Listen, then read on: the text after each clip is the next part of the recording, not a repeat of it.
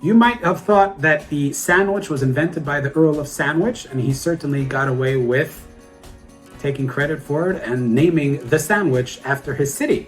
However, many years before the Earl of Sandwich, there was a man whose name was Hillel. Hillel came from Babylon to study, originally came from Babylon to study in Israel. There is a well-known story about him that he wasn't able to afford the coin that the study hall in Israel would charge in order to go study the Talmud together with the other Jews of the city.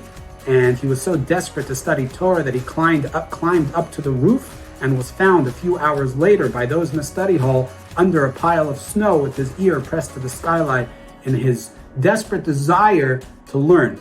You can imagine that after that they would let him in every day without having to give the coin. Hillel later on became one of the leaders of the Jewish people, instituting a large amount of custom, law, direction. And one of the things that he said was that when the Torah tells us to eat matzah and maror, it is actually telling us to eat them together, matzah and maror in one bite together. And that's why he used to have his matzah and maror together with a Passover sacrifice with the lamb that they used to have during the times of the temple, which is when he lived.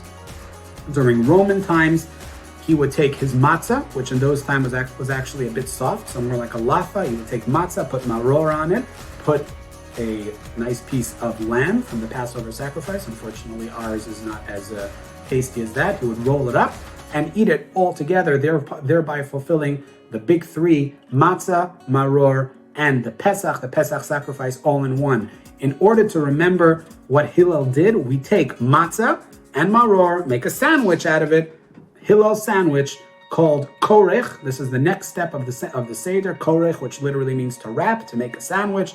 And we say that this is what Hillel used to do during the times of the Bet HaMikdash.